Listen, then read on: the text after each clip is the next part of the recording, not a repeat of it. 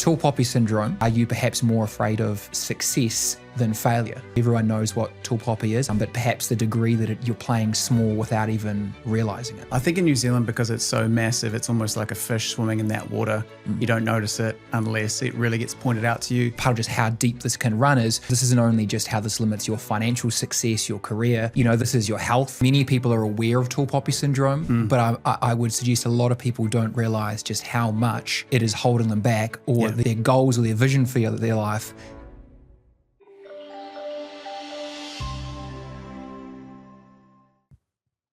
Greg, we're back. Tall poppy syndrome. This is something that you and I, we're not doing a breakthrough question today. We've chosen, all right, we're going to do breakthrough in depth, tall poppy, super relatable topic. New Zealand, Australia, even a couple of clients in Canada I know experience it. What does that mean to you? Have you experienced what is known as the elusive tall poppy syndrome? Yeah, I think in New Zealand, because it's so massive, it's almost like a fish swimming in that water. You don't notice it unless it really gets pointed out to you. Tall poppy syndrome, for those who don't know, essentially being a flower that grows above the other top poppies, and then you cut it down to make sure it's the same height. So this kind of everyone being the same, no one rising above, no one being seen to be better than or succeeding in a certain way. I think my first instance that I remember of that was in high school. I was a year accelerated than my brother in classes. And so that played out at home with a feeling of you are better than me, and a feeling of potential broken relationship there where you should hold back. That I internalized, and then also at school doing well in certain areas. And I remember certain comments of people saying, "Oh, you're good at this," and "Oh, you're good at that," with the implication as well that I took on of, don't be good, but not too good. And there wasn't an encouragement like, oh, that's awesome. And man, you could achieve this. And so I internalized that. And probably more recently with business, it's a similar sort of thing, which is be good, but not too good. Be enough, but not so much that you stick out. So one question I'd have for you is, did you realize that at the time? You said something just before, and it's sort of, especially in New Zealand and I assume Australia as well. So my clients tell me there's sort of it's almost like these invisible rules of the game, right? And oftentimes it's not until we have a clearer sense of purpose or direction or what we'd love to fulfill that we realize, hold on, we're standing out and there may be some consequences, judgment, criticism for that. Yeah.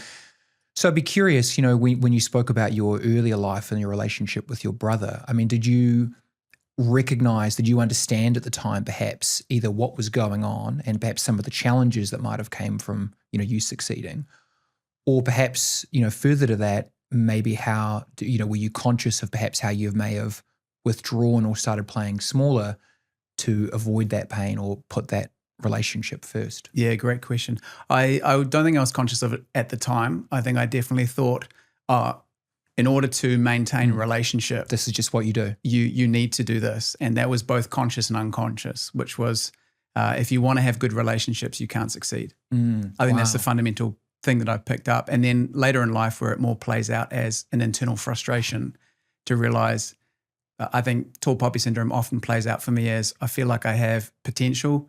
I feel like I have an ability to move through the gears and to put my foot on the accelerator, but the handbrake is on. What is that handbrake? Why is there that handbrake there? And that feels like just internal frustration. Yeah. Where I think that plays out quite uniquely for people that have I want to succeed, but I really don't want to succeed at the same time. Yes.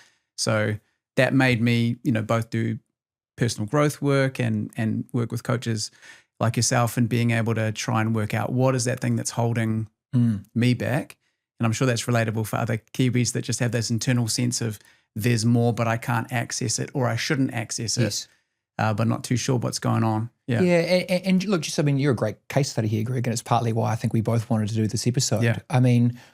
I would imagine there's many, many people, many listeners who, perhaps they're listening to the show because, they want to make changes in their life. They want to, we speak about individuation, becoming, your whole self as an individual, setting those goals and finding more purpose.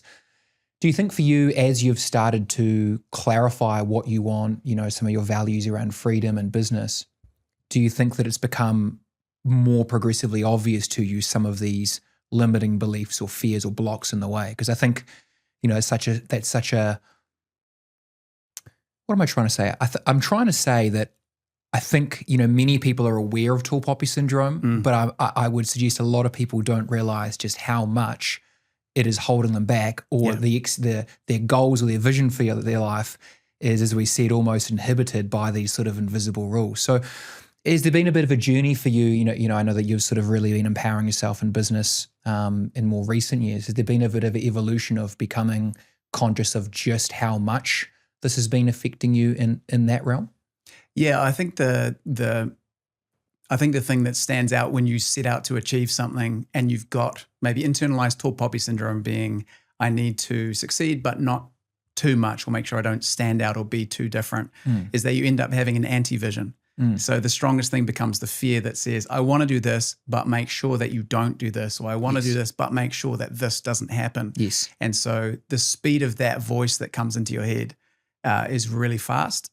More recently, like in the last 6 years, started my own business. And so there's nothing as fast for me. I don't imagine if you're a sports person, or if you really set a clear vision where you have agency in your life, you experience this really quickly. So when I started my own business, that's when it showed up really quickly, because you go, right, here's what I want to do. And you immediately get the, you're not blank enough, or who do you think you are? The sort of some of those Brené Brown lines that come in around, you're not what enough. And I think that happens really quickly. So realizing that I had a fear-driven vision means that it either pushes you so far and then it ends. So you lack vision, you lack motivation, you lack purpose once you've fulfilled the fear. Like, I need to have enough money this month, or I need to have enough of this, but don't stand out too much. So the more recent work has been around having values-led, things that are more sustainable, living from love rather than fear, being pushed, being pulled by love rather than pushed by fear, and what that looks like. So it's an ongoing journey. Yeah. But I think also in the initial years, in the first 3 or 4 years, I was working with coaches, helping them create and launch online courses. And coaches primarily are the business. They are providing the services. And the most consistent thing I found from them with working with Kiwi, Aussie, some Americans, but they didn't seem to struggle with it so much, is there was, I want this, but I really don't want this. And so I saw it play out a lot with people essentially sabotaging their own businesses through experiencing or trying to live within tall poppy syndrome. Absolutely. And for some people, it's this very inner landscape, the self-judgment that they're putting on themselves. How am I going to be perceived? How will that affect my relationships, et cetera, et cetera? But then also there can obviously be, the more tangible external, judgments of how perhaps with others that may, may trigger their own insecurities. Jung would say everything that irritates you about other people, represents something in yourself, right? And so, of course, if we see other people achieving, often that's a powerful mirror to then think, oh, where am I not achieving, or where am I not taking action, et cetera. And one thing I heard a couple of months back, actually, just came to mind is I think, you'd be familiar with Alex Hormozi like myself. And I think he shared an example where, when he's starting out the business and building his gym sort of empire, everyone's like, good on you, boss, you're sleeping here, you've got that vision, amazing. But then as he actually starts to become successful, it's, oh, boss is too good for us, things like that. And I remember, him sharing that was very hard for him. And so I think also, depending on where you're at in the journey and I guess the individual relationship dynamics, sometimes, yes, people may sort of, cut you down when you state your aspirations, but also there might be certain situations where others, cheer you on with that, but it's only when you actually start to manifest that it actually reveals some of their own insecurities, frankly. But look, other than that, very relatable topic. I think one thing that you and I both wanted to make obvious as part of just how deep this can run is, this isn't only just how this limits your financial success, your career.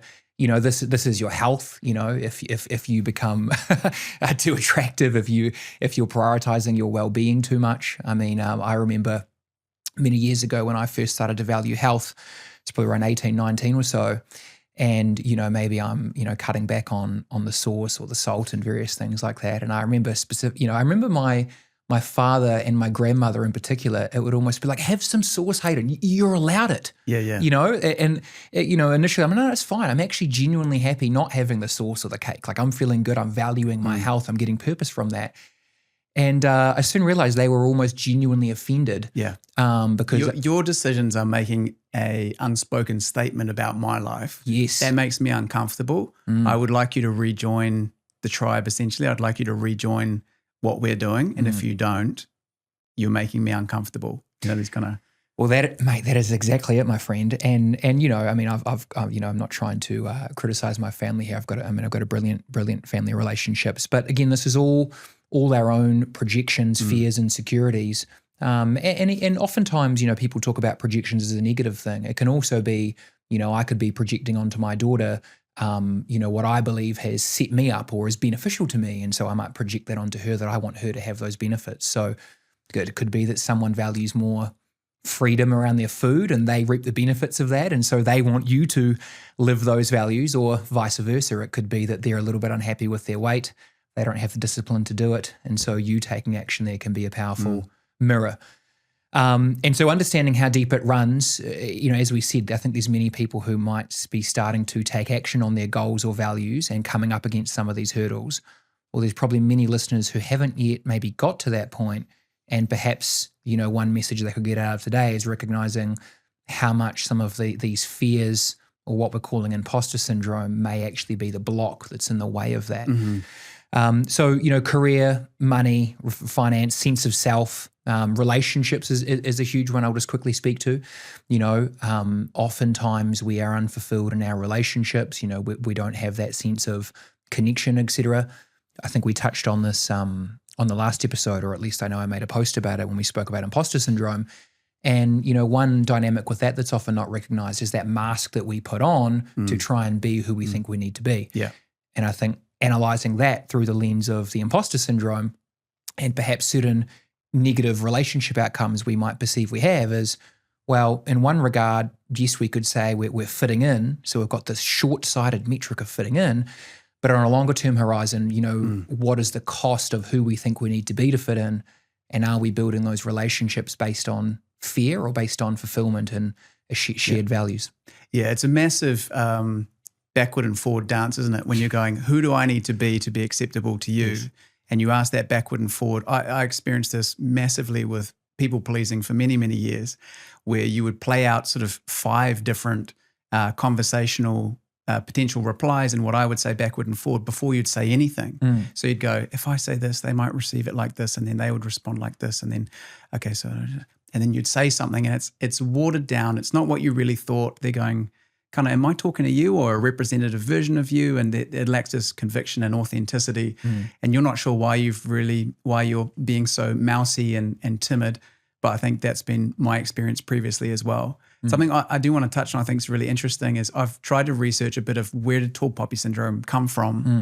And I don't think there's a set answer, but having a look at the foundations of New Zealand, and maybe it's similar for other cultures, is looking at the people who immigrated to New Zealand and then having an egalitarian view, which is basically the view that everyone is equal, everyone should stay equal, coming potentially from European places where there's a real hierarchy, is then to say, hey, we can all muck in, we can all make things happen, and a real disdain for any type of authority, power, anyone who is different than. And this is early culture that then gets passed on and on and on to a point that you don't understand where it's come from. Yeah. But it seems to be this embedded, if you rise above or are perceived to rise above in any kind of way, whether it's health or relationships or business or anything else, that's a threat to this, we should all be the same and stay the same.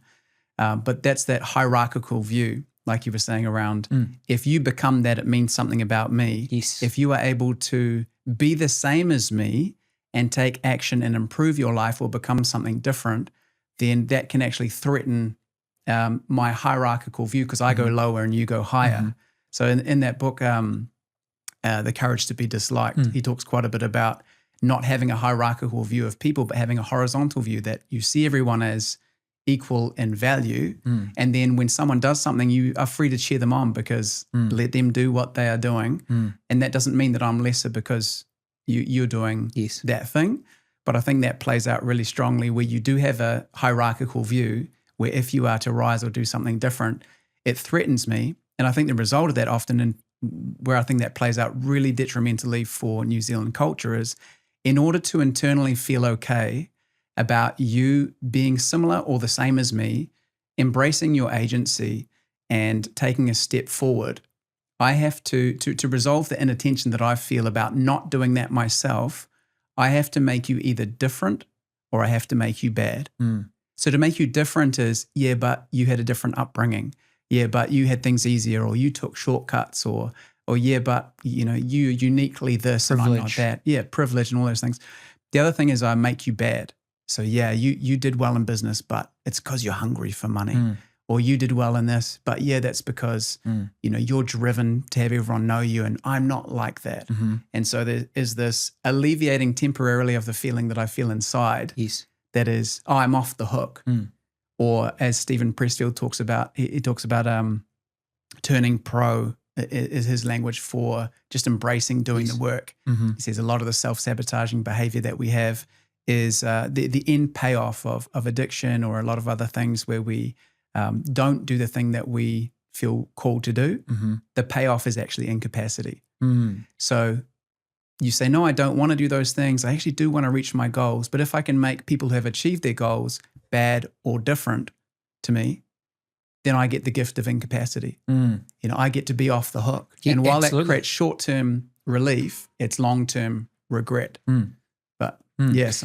And even, if we think about, the how far-reaching this can be, for societies, for New Zealand, for the economy, one thing that just came to mind there is as much as there is, there is real cost to success, or drawbacks is how I like to frame it, because it's a bit more neutral, like anything.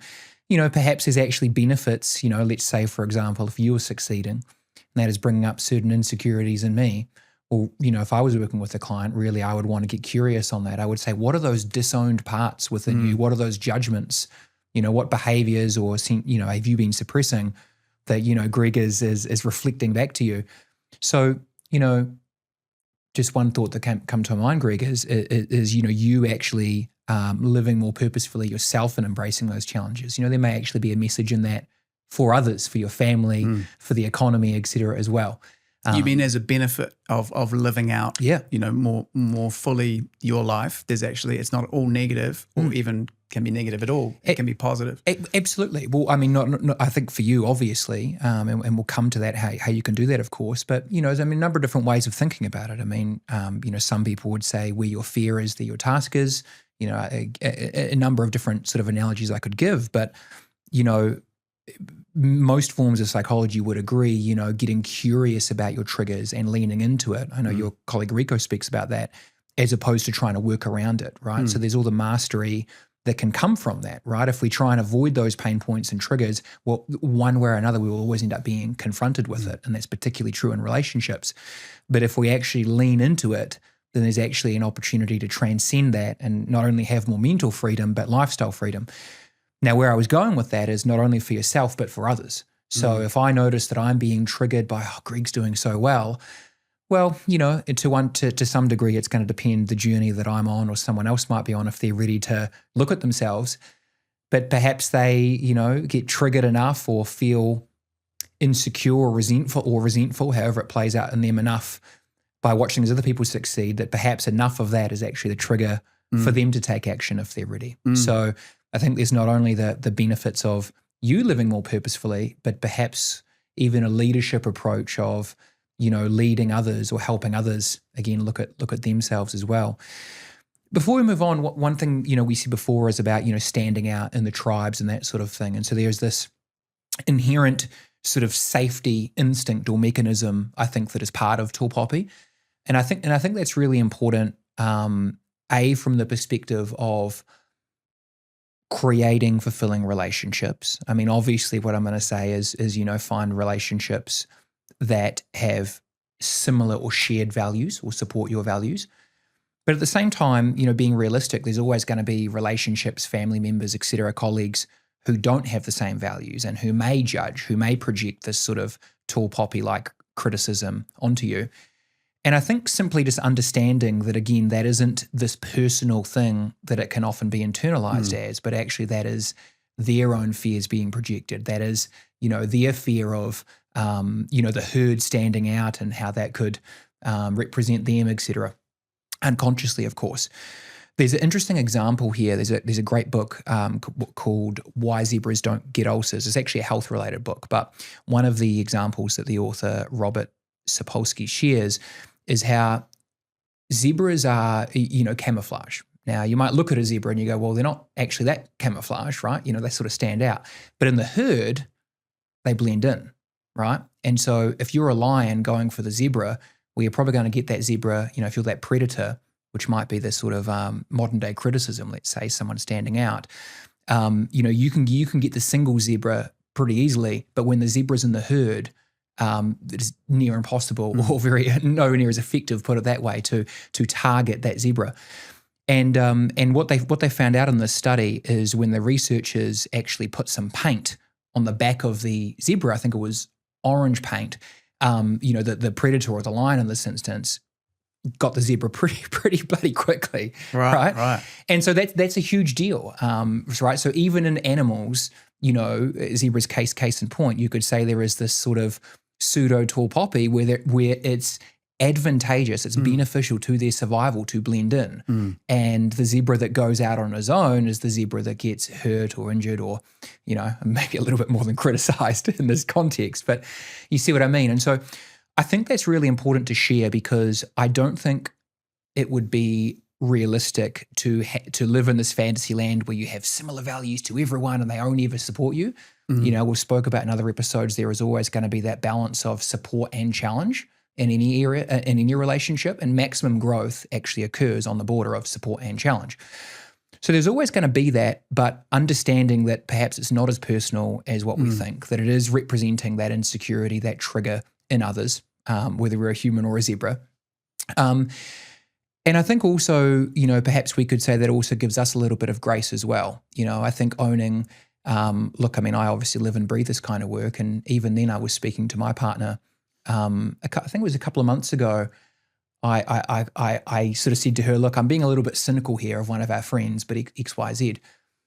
And she goes, absolutely, and she sort of saw where I was coming from. But I made it very clear to her at the end. I said, hey, I just want to make it clear, these are actually great people. And it's almost just a little bit of a gossip session to connect with my fiance there. It's not actually what I truly believe. It's not really the full picture of this person.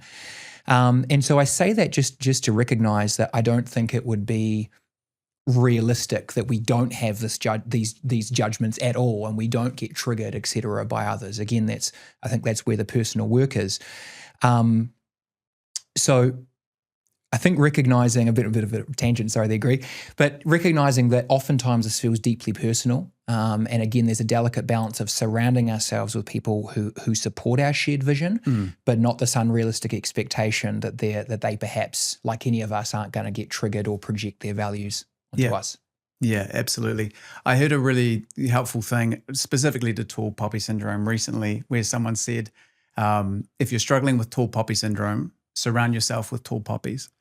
And they said their immediate friend group was a group of other girlfriends that would support and champion, and anytime they're doing anything, they'd say, go for it, you can do it.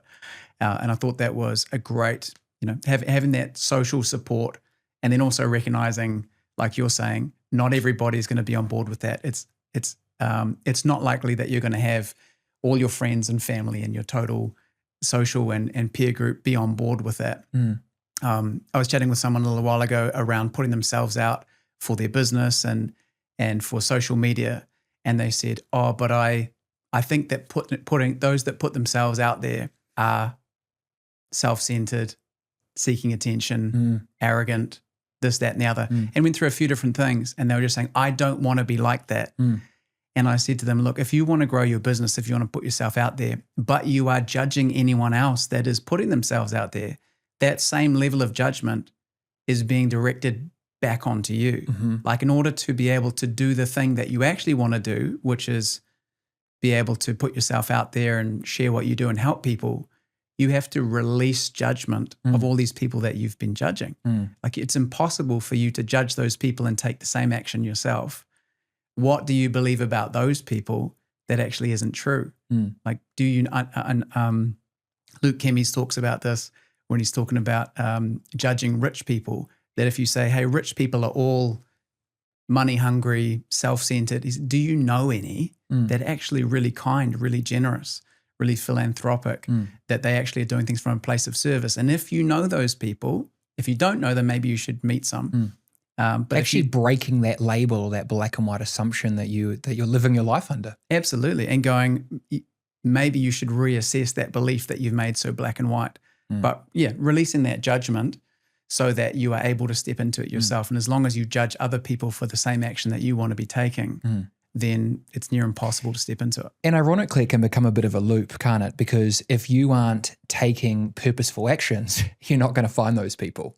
That's right. Right? Like if you reinforce it. Paradoxically, if you're playing small, if you're afraid of criticism, so you're, minimizing yourself and sort of staying in with the herd, well, likely you're staying in with other people, for better or worse, who also have those struggles. These aren't inherently bad people, of course, but you're certainly not going to be actually seeing the other side where, in fact, and I can tell you because I work with a lot of these people, where they do exist, frankly. I mean, if anything, we would say, what I teach with clients is, you'll get paid relative to the problem that you solve or the value that you offer in the marketplace. You want to be a millionaire or a billionaire, you better get out there and actually learn to solve some big problems, right? So let's look at now, Greg. I want to make sure we cover the practical aspect here. Look, I've got a number of thoughts, but I'll let you kick it off here. How do we work through this? What would be your tips? What have you found most beneficial? What has served you in? I think, it's such a great case study for yourself, Greg. I hope you don't mind me using it as an example here. But, becoming more conscious of these underlying dynamics and fears or other criticism or self-criticism as you've started to step out in business and in relationships.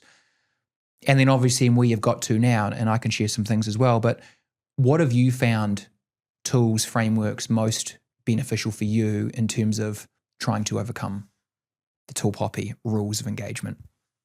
I like what you say there with the tall poppy rules of engagement. As I was looking at it, it was also described as a social contract. Yeah, sign the dotted line, mate. An unspoken social contract that we stay to. I think the most helpful thing for me has been actually reflected in the people that I've worked with, because seeing it in them has helped then see it in myself. One of the things is to realize where you want to take action. And normally that's the first thing. I want this. And you maybe lay it out as goals or desires or internal frustration to move towards something. And then realizing what's underneath that. What's the first voice that comes in that says, yeah, but you can't because, or if you do, make sure you don't, insert the example. One of the most common ones in working with coaches and business owners was that they wanted to increase sales or increase their prices or do marketing. It was something to do with growing the business. But they would say, but I want to be of service. But I want to be helpful. I want to be genuine. I want to be authentic. And so realizing that tension is that they had created, and I had created as well, this picture that you have to choose between the two, and realizing both externally, how am I judging those that have sales, have marketing, have higher prices in business? How am I judging them as not being authentic, not being of service, not being the things that I think they need to be? And then also, what am I believing about myself? And so often it's about bringing those two things together.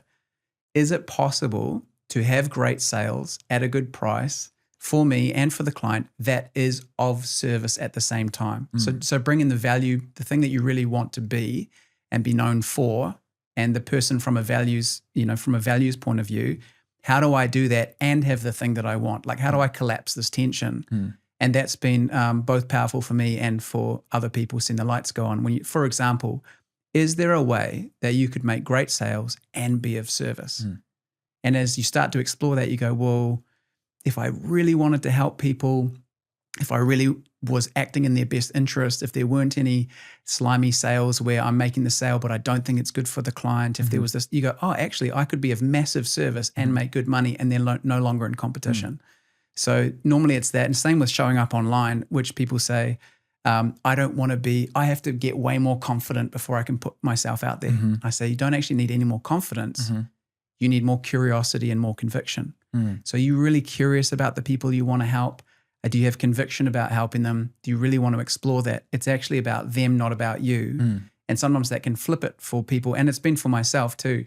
Not having to wait until I am something to help people. but in the pursuit of helping people, I put myself out there. So the flip there would be, I have to be super, super confident to put myself out there, in which case it's all about me and I don't want to be about me. You can flip that and Fear-driven. Fear-driven. You say, what if putting yourself out there was an act of service? What if putting yourself out there was not selfish? It was actually in service of those who are struggling and need you. And then you've shifted the belief, but the action can follow without having to change all these things about yourself. In 5 years' time, I might be confident enough to really put myself out there. So that's been really helpful for me, is realizing where there's a security-based need or a value that I want to meet, and I've put the action that I want to take at odds with that. Yes. Is being able to realize how they can coexist, and then they move forward together. Absolutely. And one thing I'll just add to that, Greg, that you sort of pseudo touched on there is, I think you said earlier, sort of, what was that first thing that comes up? What's that first block, right? And I think that's, from my perspective, that's such an important step, because, we obviously have these inner narratives, these stories we tell ourselves. And, if we don't really actually take the time to reflect on the hidden motivation behind those stories, those beliefs, then of course we sort of convince ourselves, no, this is my values, or no, I'm happy with this, or no, just be grateful for where you're at. And, right? and in New Zealand, a lot of it is under the guise of humility. Absolutely. I'm humble, and that's why I don't do X, Y, Z. Yeah. Absolutely. I mean, that would probably be the most common challenge that I've personally experienced in my business from family. Bless them. It's, I'll just be grateful, that sort of thing, Hayden. Why can't it be both at the same time? Right? Why can't it be, purposeful action and service and fulfillment, but also gratitude?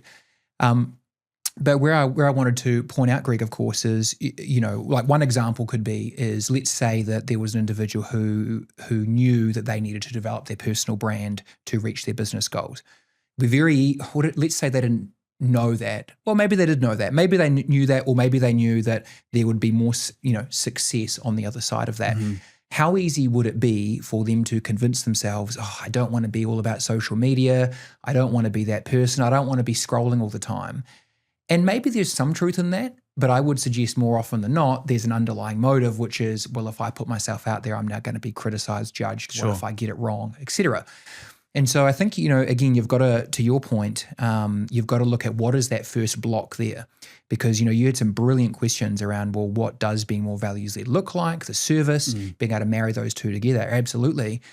But I would suggest, you can only almost get to that point if you're actually aware of what is the current thought process that might be limiting you, right? And I know we started today's episode off by sort of trying to frame it, are you perhaps more afraid of success than failure? And, everyone knows what tall poppy is, I think, but perhaps the degree that you're playing small without even realizing it. Yeah, absolutely.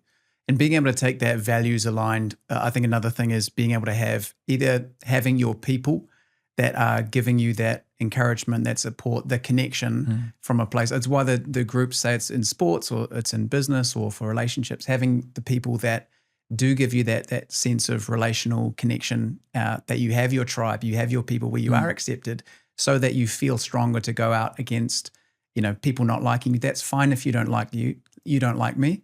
I've got the people who do accept me. And ultimately, I know accepting yourself is saying it's fine if you don't like me, I accept myself. That's been a big part for me, is even with social media, is putting a percentage on. Say I'm doing a social post, I go, you know what, maybe 30% of people hate this post and maybe 20% think it's okay.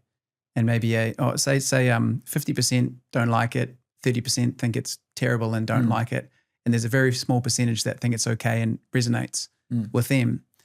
I'm okay with that. And we've both looked at the courage to be disliked and how important that is, to be able to, that book with that title, I don't know the author, but The Courage to Be Disliked, how important that is to say, it's not trying to avoid everyone not liking you, but saying I'll be okay if they do, and I'm still going to live by my values and take action. And I think also, obviously, what is on the other side of embracing this? I mean, just a sort of funny example there, because obviously you and I value business and I love branding and marketing also, which is, paradoxically, the way really to grow a brand is to polarize, right? Is to compel and repel. Yeah. To have a statement, this is what I believe, and to find your people who believe that, or in a values or relationships sort of day-to-day sense, is the people that might have a more similar or overlapping direction in life, etc.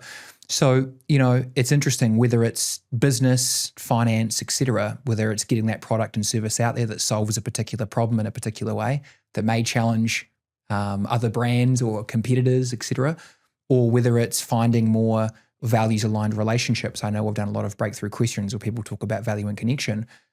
How are you going to find those people, let alone build the relationships on that real foundation, if you're so afraid of being cut down when you start to express yourself?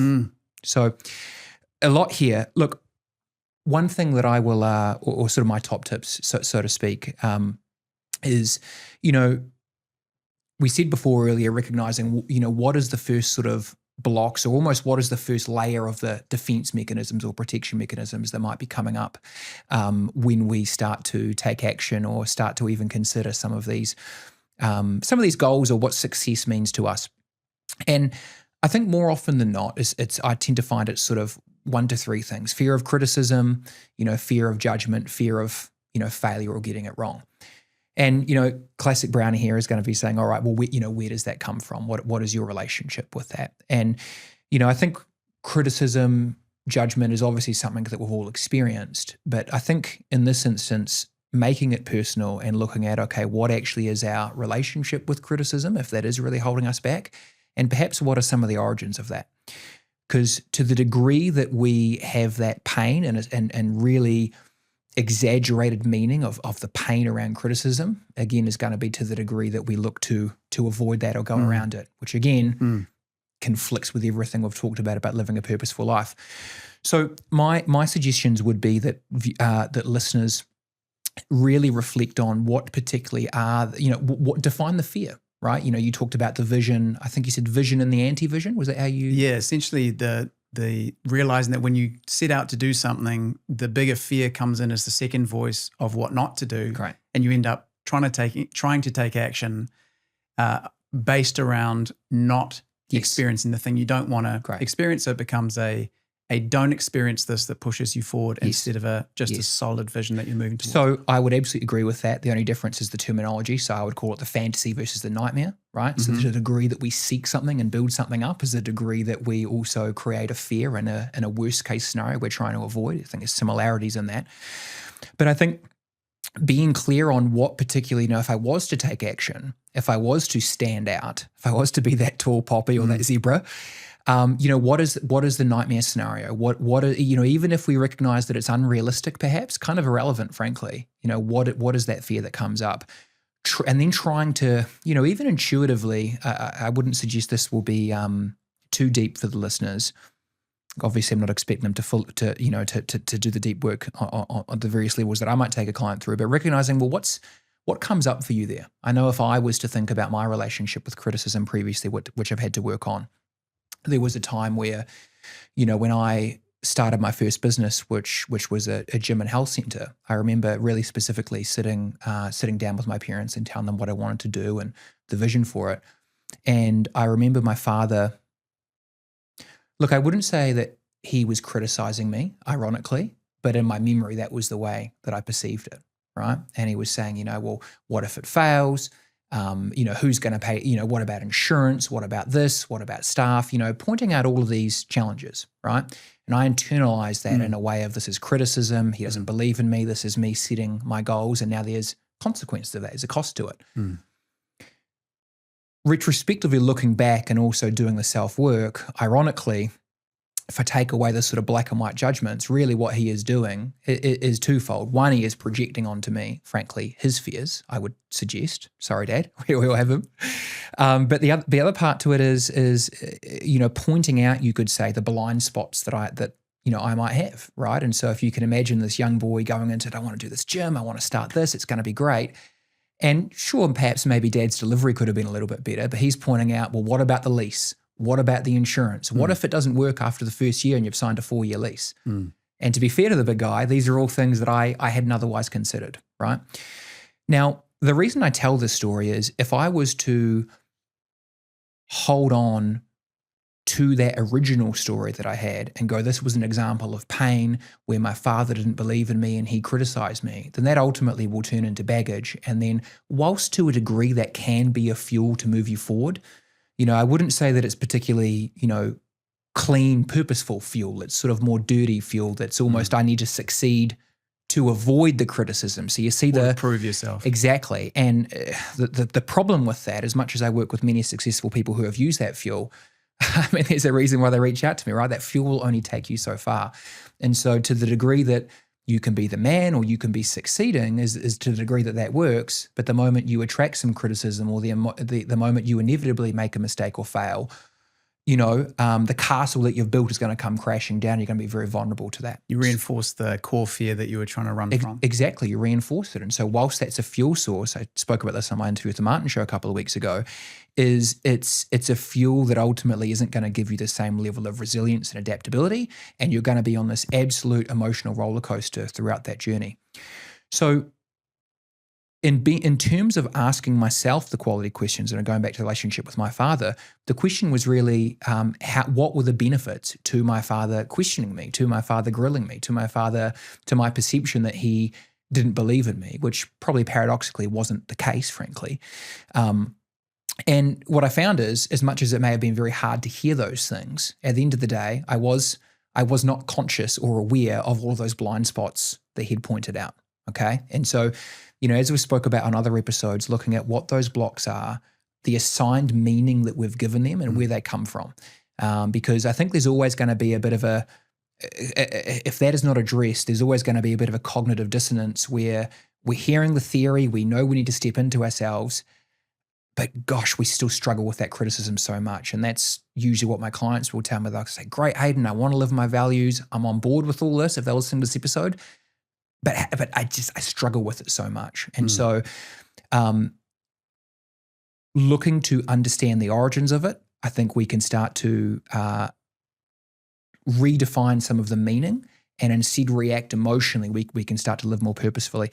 The last thing I'll say, and this is actually a brilliant example, another one with my dad, sorry mate, is, this is a hell of an example actually, is there was a point probably 3 years ago, we had just built our first house.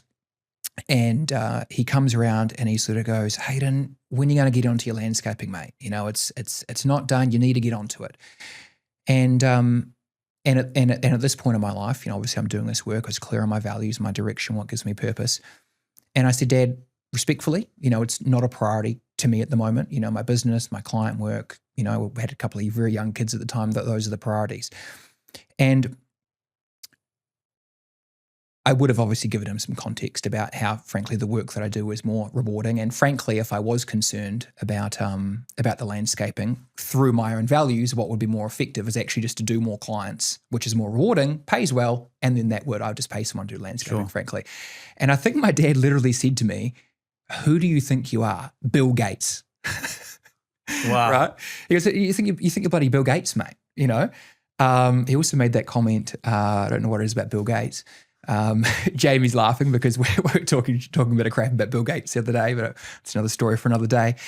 And I think when he found out that I get my car washed as well instead of doing it myself, he was a little bit challenged by that. But here's the irony: is as I have taken actions consistently that support my values, my service to clients, and the world we've spoke about, my vision, he has now started coming around. I'll come home, I'll go, Krista, who did the lawns? Your dad popped around into the lawns.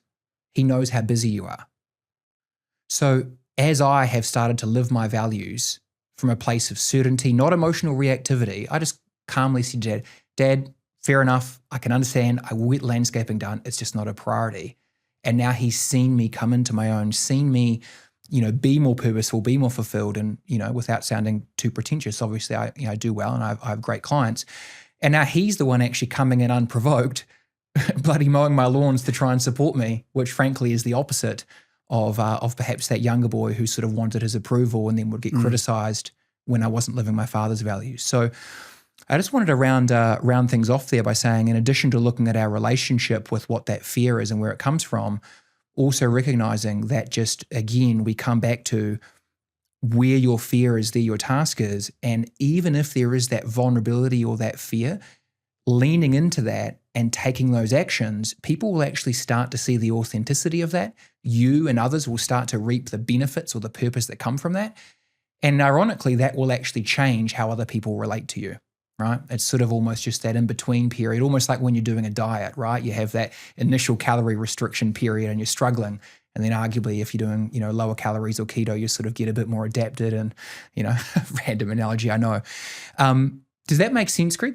Yeah, absolutely. And I think that there's a similar one with my father-in-law. He's very hands-on, very handyman, loves doing all that. In his retirement, he's doing some handyman work and he really enjoys all that. Find that I've been a words person, studied law, commerce, done a bunch of things in business, primarily words, consulting, using, that sort of stuff. I do a bit of landscaping that I enjoy, just to use that example. But they would literally built their own house with their own hands, really values that work. And one of the ways that we've been able to navigate that is where he would see things that are undone. I've actually asked him, I joke, I need to give you my man card in terms of, being able to do things with my hands.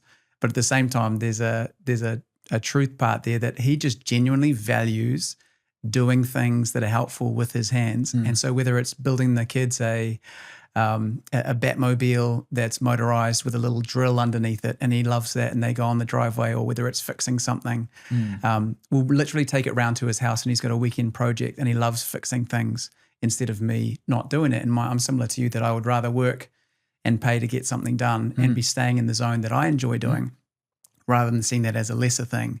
He wins, I win, we both enjoy. We actually have a better relationship because of it, because we each value each other's living out of their values instead of that's lesser and this is greater. Yes. Both living out of our values.